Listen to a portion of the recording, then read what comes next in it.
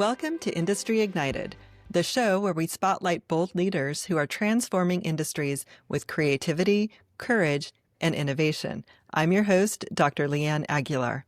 Today, I'm honored to be joined by Robert Louis Lewis, owner of both Quester, a world-renowned market research firm, and Freedom to Roam Walker, where he has pioneered life-changing mobility solutions for individuals with limited mobility. Louis' entrepreneurial journey spans over 4 decades across multiple industries, from land management and consulting to leading Quester's explosive growth. But his story goes deeper. Following a personal health challenge that left him an incomplete quadriplegic, Louis turned his frustration into innovation by creating the independent stand-up walker, a device that promotes freedom and dignity for those with mobility limitations. Louis, welcome to Industry Ignited. Thank you very much for inviting me to your program, and I'm looking forward to talking with you. I'm happy to have you, and likewise, I'm excited for our conversation today. Louis, your career spans more than 40 years. What first sparked your entrepreneurial spirit? Well, I think I've always had that, and I tell people that want to be an entrepreneur that maybe they should just go have a lobotomy to forget about it and not be an entrepreneur. But it's a wonderful journey and brings a lot to the table for me. It makes life exciting. But I've always wanted to fix something and make it better. I'm not very mechanically inclined, but I could see things that might be improved upon, and I would say we can fix that, or somebody else could fix it. So it's always been there. It has never not been a part of me. So just that you're a problem solver by nature and just always looking ways to improve processes and That's right. I'm always trying to figure out how to improve processes. yeah. You've led businesses across finance, real estate, land management, and research. How did those early experiences shape the leader you are today? Well, I've been lucky. I had a good education at Iowa State, not with books, but because of my life. I remember I was 21 when I had my first surgery, and I had a surgery that was 12 years before the MRI, so they really didn't know what we were getting into. And I ended up being diagnosed with Chiari malformation, which is your brain's too big for your skull. And then it pushes down on your brain stem, and you get brain fluid around that. And that dysfunctions, and then the water brain fluid goes down your spinal cord, and it snaked its way down my spinal cord, and wherever it touched, those nerves dysfunctioned. So what happened with me, I had to start. I didn't go to all my classes. I was not a very good student.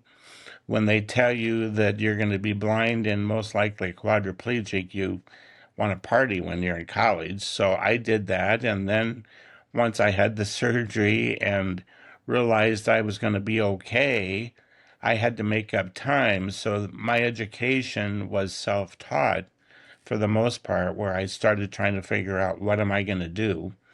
And I remember walking to class one day when I finally woke up and said, "Oh my gosh, what am I going to do? I have not been a very good student." So I've developed and read, if there was an article that I could read about what somebody was doing, how they were leading, how they were managing, I devoured it. I used to read the Master Tax Guide from beginning to end every year, and people would go, "That's craziness." Well, I actually enjoyed reading it, and there's not as much reading in there as you might think, because there's a lot of forms and a lot of tables. So, but for the most part, if I wanted to say I had a PhD, it's in life, not education. Yeah, just experience and The experiences. yeah, having that hunger for knowledge and information. And I know you've overcome a significant personal health challenges.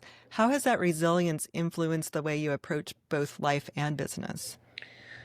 Well, I've had a few people actually ask me why I'm not suicidal with the body that I have, because I am completely, the only thing that I can do is talk and think, and sometimes that process isn't so good, but uh, just kidding with that. But my thought process is okay. I don't have any limitations with the brain, but I have to actually be fed. And I'm an incomplete quadriplegic, which is very unique. A lot of medical professionals don't even realize that there is such a thing. My spinal cord is very atrophied at the top part of my spine where I had the incision, which was 8 or 9 inches long. And now, if I have the same surgery, it would be 1 inch. So that's how much they've improved.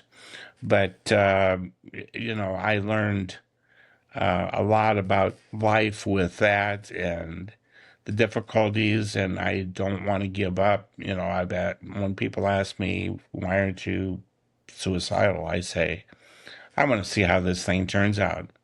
Um, I tell people there are no great days for anybody. We all have great moments.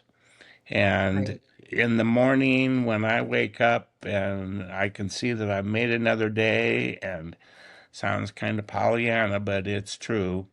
And then I smell that first cup of coffee and drink that first sip of coffee and then have experiences with people. It's made me who I am. Would I change it? I'm asked that a lot.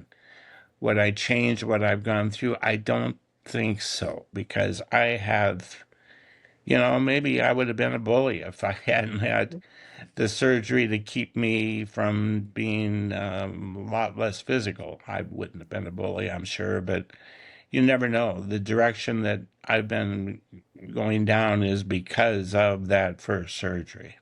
Yeah.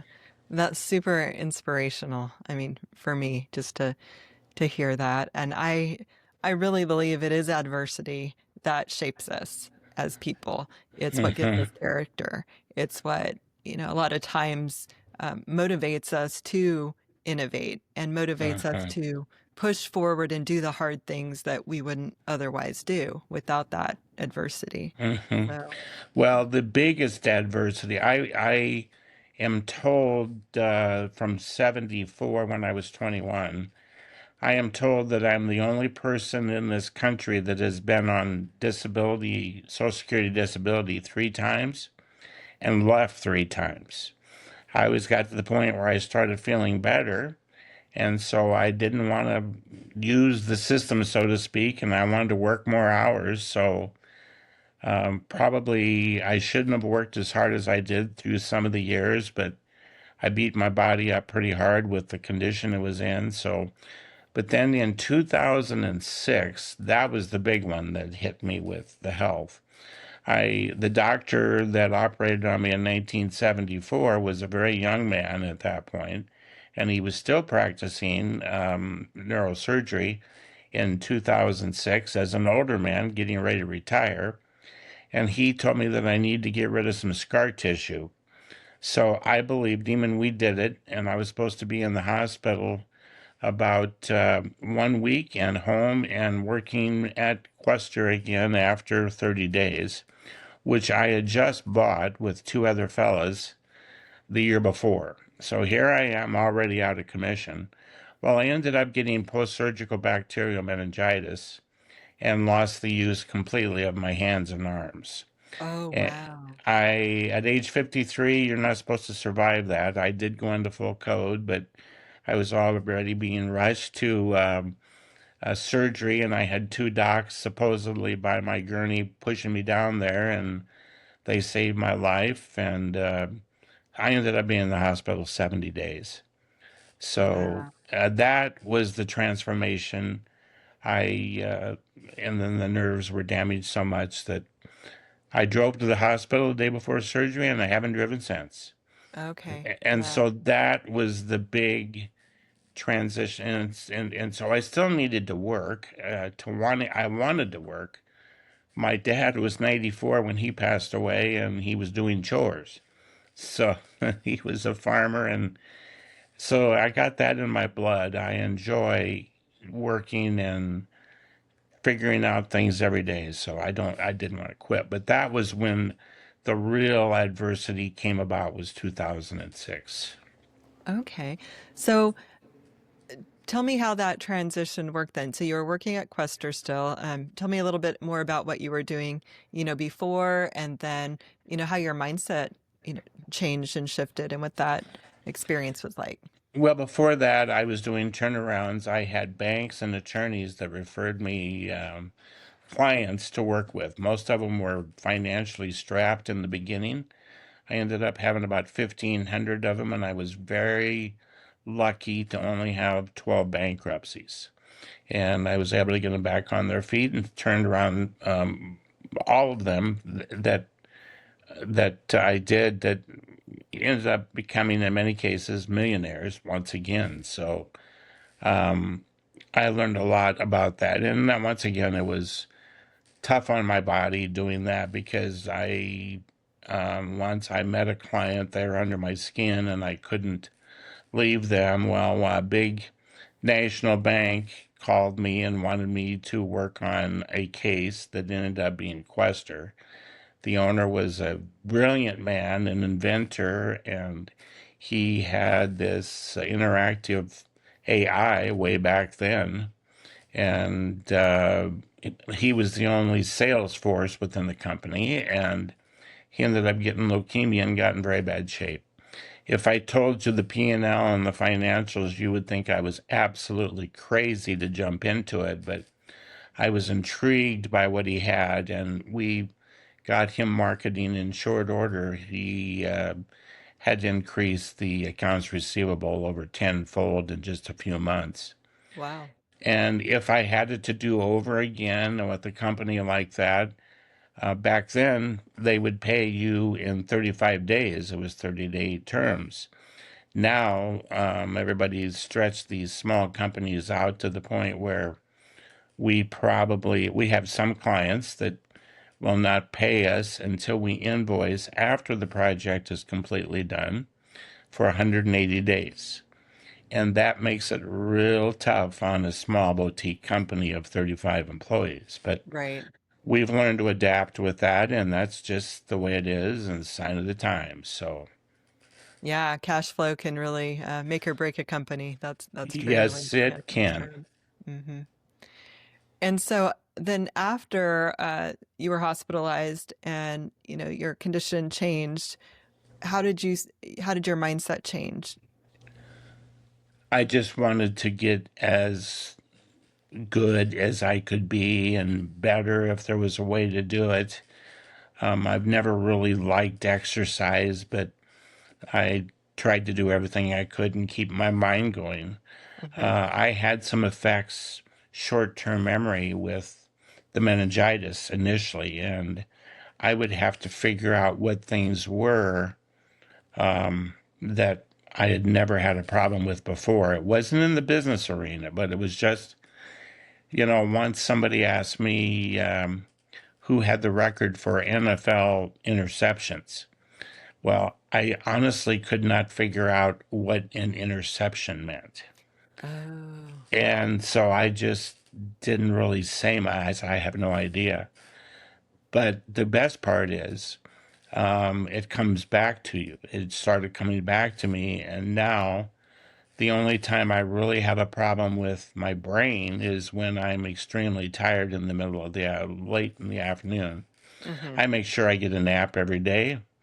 That's kind of the Lewis tradition. We've always done that. Even on the farm, Dad would take a 15, 20-minute nap. And so it comes naturally.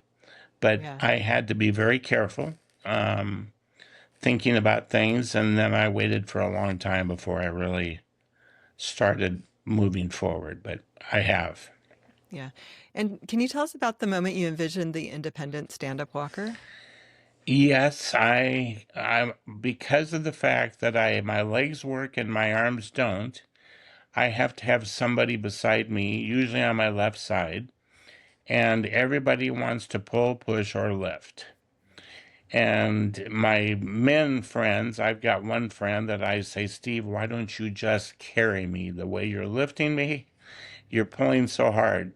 So I would try to educate people, and Kim, who is my able assistant, she knows how to do it. She just balances me. I have no feeling in my upper back or my arms, and that's where you get your balance from. But I wanted to keep my legs in shape. So believe it or not, one morning at 3 a.m., I had a dream that showed me how to build the device. And I woke up that next morning and talked to my son, and he has a friend that I knew well, and he's a structural engineer, I believe it is, and he listened to me talk from top to bottom, and in a couple of days gave me a rendition of what it was that I wanted, and that was the first prototype. It's very different, and we're still patent pending, but we're getting there. It's very different because I can't use my hands and arms. I can't use a normal half walker, I call it. So if you envision crutches in a cage, that's what it is. And I put my armpits, if you will, on the crutches, and I get in it that way, and then I'm completely independent. Once I'm in it, I have nobody helping me walk. It just feels great if I just do it. But I'm probably my legs are good enough now that it's kept me out of the wheelchair 3 to 4 years. Oh, wow. Yeah, and so it raises from 5'2" to 6'3", and it expands on the side so you can get obese people in there. And we've had it tested. It broke at 943 pounds of pressure, so it should be pretty sturdy. Yeah, so it's really versatile and flexible for different people and And then it different. knocks down to 3 inches when you want to transport it. But Wow. we've given lots of them away to people for testing, and they actually show up, some of them on the website. We had a young lady that was 18 that is a very brilliant lady. She is a severe CP, and she had never walked, and she was in a wheelchair, 90-degree angle forever. And she actually walked in that device one night for the first time with her mom and dad and sister. Wow. And it was very tearful. Yeah. I didn't have tears until they all started crying. But it was wonderful. I have a video. It's Yeah. showing her, and her mom is in the background saying she's actually doing this on her own. Wow, that is amazing. That gives, yeah, so much hope for people, Yes, I think, yes. in situations where maybe they didn't have a way to get around before, or hope, or a device that made it possible for them to be mobile. What makes this walker different from traditional mobility aids, and what impact have you seen it have on people's lives? I mean, you just gave us one story, but what else can you share? I have gone to physical therapy, as you might guess, several times. Where I go is On with Life at Ankeny, Iowa. It's a premier facility for brain injury. And they had a device that was very, very structurally big, if you will, weighed a lot. And they would take my arms and raise them and strap them in. And it took 5 to 10 minutes to do that. And then I would go on my way, or try to, and I could hardly move the contraption. And it was just so heavy that the most I think I ever got out of it was about 5 minutes, because it just wore me out. And then it would take another 5 to 10 minutes to get me out of it. And this machine, the device is different in that you don't have to strap your arms up. They're lower, and you might have to have in physical therapy maybe two people, depends on how disabled the person is, Uh-huh. to get them in the device. But then once you're in there, it only takes one person to be with them. And you can throw away the parallel bars with this. You don't need that anymore, which takes two people. Yeah. And so for a lot of sports injuries, it's very good. We had one individual that had a stroke. He was a stroke survivor, And his granddaughter ran into me at a conference and she said, I want one of those. And I said, well, it's one of one. And I said, we'll make your grandfather one and let him use it. And he was in a nursing home and during COVID, and because of that, he didn't get any physical therapy. And his daughter happened to be with him that day. I gave him his device from, she's a nurse from Washington, D.C. area, I believe. And she said, I wish this would have been invented years ago. And I said, well, so Bob was his name. And he got in it and was not able to move his legs. And he just couldn't do it. And he tried and tried and tried. And so I said, Bob, you got to stop here. We're going to wear yourself out. And he did. And I kept talking to his daughter. And he stared at the device the whole 20 minutes we talked. And he looked at me and he said, I want to do it again. And he got in it and he had his daughter take his pant legs above the knees and move them. And after a little bit, he was actually going on his own.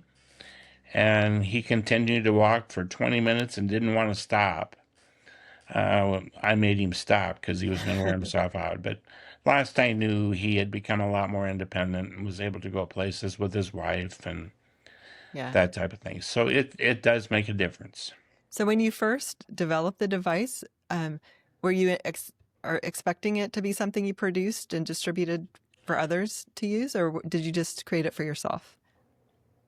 It's a very expensive creation for myself, but I would have been happy if that could be the case. We were in COVID when we were trying to get it developed, and nobody wanted to touch it because all the manufacturers were so busy. They had huge projects for companies, and I finally convinced a company in Illinois to produce 100 of them. Okay. And it took a lot of arm twisting to get it done. But that's where it is. It's out there, but there's lots of issues with it. We are VA approved now, and so the veterans can use it. So yeah, I maybe didn't answer your question completely there, but That's okay. Yeah. And so is it out to market officially, or you're still in the proof yeah, of concept? we have not really pushed real hard on the marketing. I have a website. We're wanting to wait for sure until the patent comes back.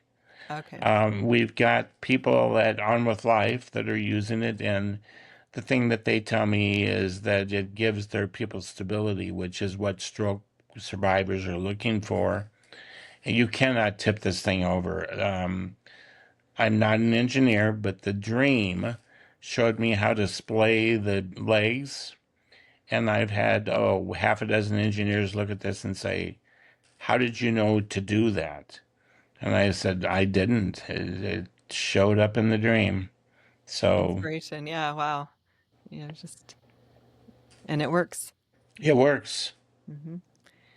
So let's changing the focus to Quester for a minute. Quester has become one of the world's most sought after market research firms. What do you believe sets it apart in such a competitive field? We have had lots of struggles getting there. And originally, when we did the AI, we were also doing focus groups, phone interviews. We did it all. And then it got to the point where I could see what was happening in 2007 with the economy, and I opted to go completely AI because we just were not going to be able to afford all the focus groups and the phone people, and we took a big leap of faith with that. In my conference room, I have a picture of the first client that we had in 2003 that we actually invoiced. And that's a metaphor for all the stuff we've done with that. But the people, we've got fabulous people. I've always told my clients when I was working with the 1,500 clients, trying to get them turned around and fixed, I gave them a lot of advice that I hoped worked. It was common sense. Treat your people well, hire brighter people than you are, delegate. People tell me, Doctor, that I've accomplished a lot, and I tell them I haven't accomplished a thing. I delegated every bit of it. So, we've got brilliant people. We treat them well. We don't have a huge turnover by any means over the last 22 years. My head of IT has been with me and with the company 22 or 3 years. The head of market research has been with the company 25 years. We have an individual that is the only employee that's older than I am, and she doesn't want to quit. I'm 72, and she's probably, I don't know, 74 or 5. But we don't have office hours. Never have since I've been there. I made it that way. You can come and go as you like. We're adults, and I want to treat you as an adult, and we want to be family oriented.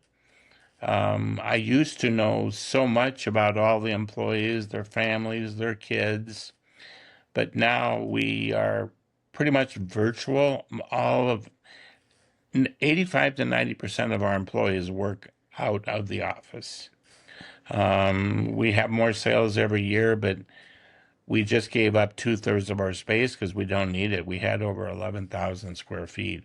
Hmm. And we can do that because we've got security measures in place, very, very secure. So, and our employees are deadline driven. We know when somebody is not working to their potential, which honestly doesn't happen very often. We don't miss deadlines. Yeah. So making sure you're hiring the right people who have that drive and ambition, who are motivated and just really aligned with the culture of your business, just ensures that they keep productive and meet their goals. Absolutely. And I'm from the old school now, but if it were me, I would want to be at the office every day. I think we miss some of that water cooler conversation that sparks an interest or a thought or a process that we really are missing today. But it's reality that's it's not going to go away. These Right. large companies that are trying to get their employees to come back are going to have a real struggle, I think. Yeah. And yeah, I mean, there are pros and cons. I mean, I think you're right. We do miss, I mean, out on the relationship aspect and off of uh, getting inspired from other people with ideas and having the opportunity to share back and forth and really learn. And there are benefits on the other hand. I mean, just, on the employees' ability to work when they need to and maybe nights and evenings when they wouldn't otherwise and take care of their families and work around schedules and stuff like that. And which might keep retention, higher. But yeah, I've talked to different people, explored that, and pros and cons definitely, and overhead is definitely lower, right? So Yes, it is. yeah. Now, and your firm has won awards like Explore and David Ogilvy. What do those recognitions mean to you and your team? Pretty important. The Explorer Award, that's without an E. We were nominated by Samsung, and they asked us, I think the project was called Black Friday, and their results from after Thanksgiving Black Friday had not been so good. And they asked us to follow them and help them and reduce a lot of stuff. And they actually gave us recognition by nominating us for the Explorer Award, which we won. And I won't even tell you the percentage that we have in a letter that says how much we improved or their sales. It's a phenomenal amount of increase of sales, and people don't believe it Hmm. when you tell them. But we have a letter to that effect. So um, we still have Samsung as a client, and that's one I can talk about because they nominated us for the award. Yeah. Well, congratulations. Yeah, Thank that's you. impressive. And to be able to benefit a client to that extent is, I mean, that's always the goal, right? It's creating Right, win-win situations where you're right. benefiting clients as a marketing company, I mean, we're the same way. It's like we win if our clients win. Absolutely. Yeah.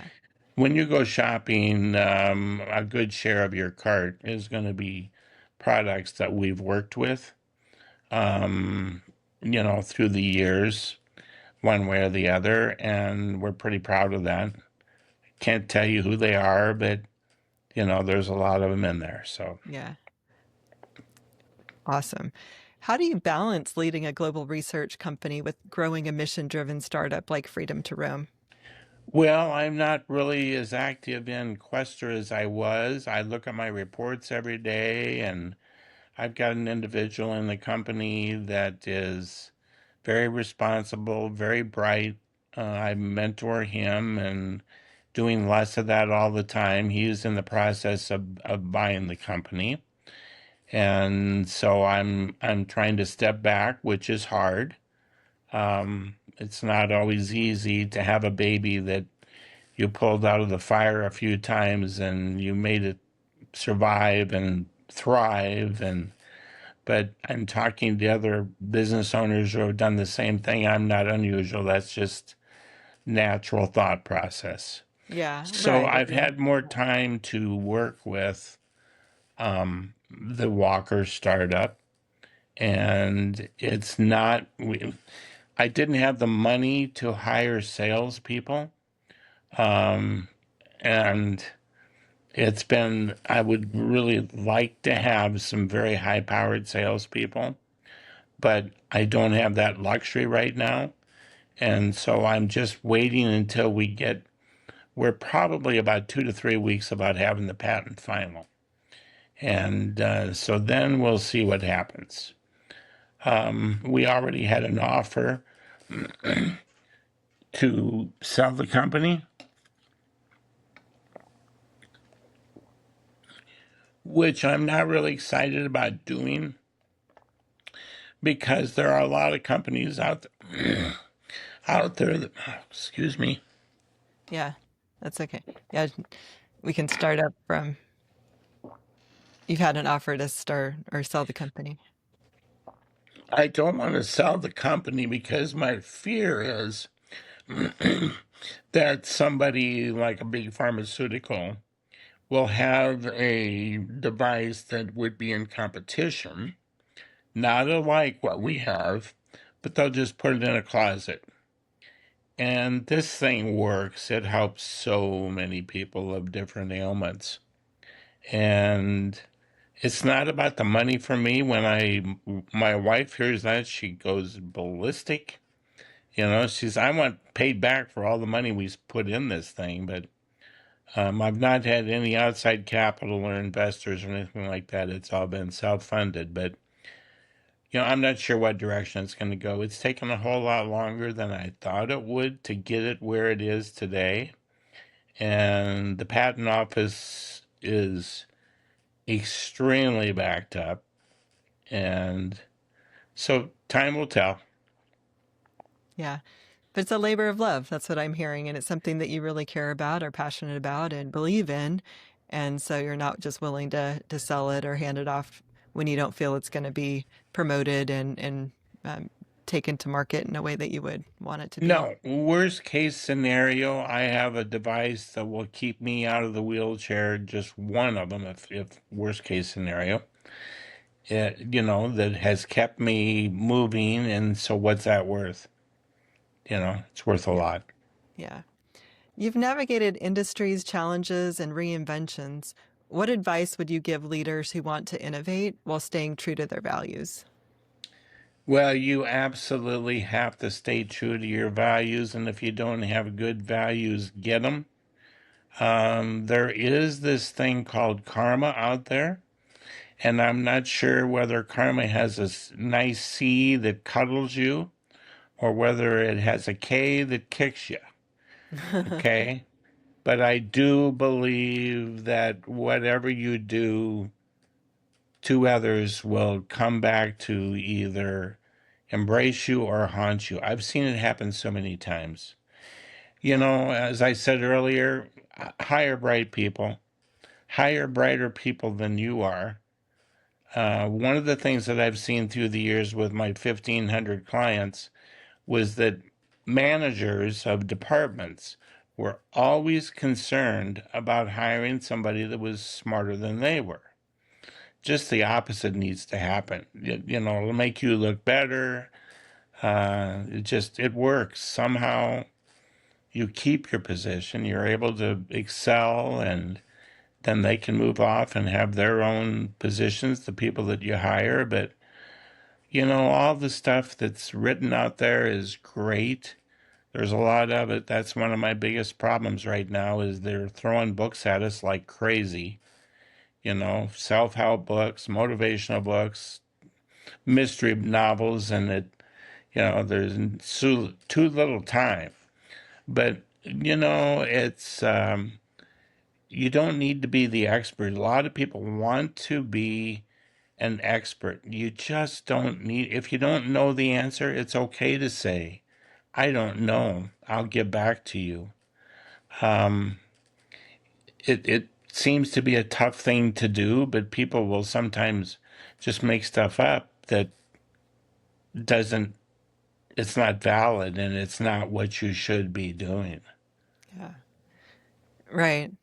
So hiring people who are better than you, which makes sense because then if you're delegating, especially, you're delegating to people who have more wisdom and know-how in certain aspects of the job than you do, which is more powerful, and they can take those initiatives further, which makes you look good. That makes sense. Being selective on the information that you consume. It's what I'm hearing, and just admitting when you don't know what you don't know, and being And humble. and we get to know the people and their families. It's important. And if you don't really mean it, fake it, and you will start really meaning it. Yeah, fake They it till like you to make have it. you. Is that- Yeah, Yeah, that's right. yeah. And how do you define success at this stage of your career? That's easy. I've had this one forever in my head. It's a Louisism. Being able to do what you want to do when you want to do it. And I'm not quite there yet because I don't always do the things that I want to do because I'm still limited on time. Ah, but I think that's a definition of freedom, really, what you just described. Is Yes, it is. yeah, yeah, just being Yep, able to do what you want to do when you want to do it, yep. and that's yeah, freedom. Looking ahead, what's next for you and your vision for both Quester and Freedom to Roam? Well, Quester's going to be on its own with other people, and I accept that, and I'm excited about that. And anything that I can do to help, I will. The Walker Company, well, it remains to be seen where it goes. I'm a soft scientist and not a hard scientist. I've learned a lot with about building stuff and making this thing work and welding and materials. I'm really looking for something right now that will give me another passion. I've got it to some degree. Whatever I do, I have passion, okay? But sometimes that passion goes away rather quickly. I've got two books in my head that I would like to write. One of them is my journey with caregivers and what that's like. I have been so very fortunate to have absolutely wonderful, caring, very professional caregivers. Right now, I have three PhDs. One of them just left, so I can't count her. And then one medical doctor. I have one medical doctor that drives to be with me one night a month, 100 miles, and stays with me and then goes back the next morning. So we have a story to tell about what caregivers think, and then from my perspective, and then from my wife's perspective, and a lot of stories that we could put down. So I want to do that. It probably won't be a bestseller, but it's a help book that would, let people know that you're not in this alone and give them some ideas. Yeah. And that's so valuable. I mean, I had my sister's son, my nephew, went through a accident, had an accident last year and traumatic brain injury. And I think that's so much as part of their process is just reaching out and finding inspiration and hope and ideas and from other people who've gone through similar things. It's hard to find sometimes, and because the doctors don't have all the answers, they haven't been through it themselves really, and so they don't know, and they can't tell you a prognosis a lot of times. There's not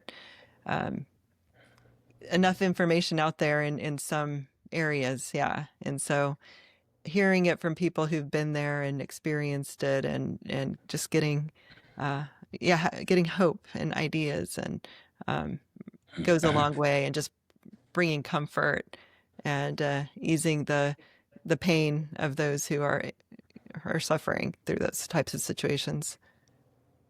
And I would give them a lot of very simple things. And it's like, I've been at this now a long time with my body. And one of the things that I did that will be in that book is rubber shower shoes. Believe it or not, I didn't think of that. That has been a lifesaver. Yes, Just yes, such a simple thing that why didn't I think of it 3 or 4 years ago? right. Yeah, that's true. Simple things like that can make a huge difference. Yep, that's Yeah, right. yeah. Well, Louis, thank you for sharing your story with us today. Your journey, it's a powerful example of resilience, innovation, and impact, turning challenges into opportunities and building solutions that truly change lives. How can our listeners learn more about Quester and Freedom to Roam Walker?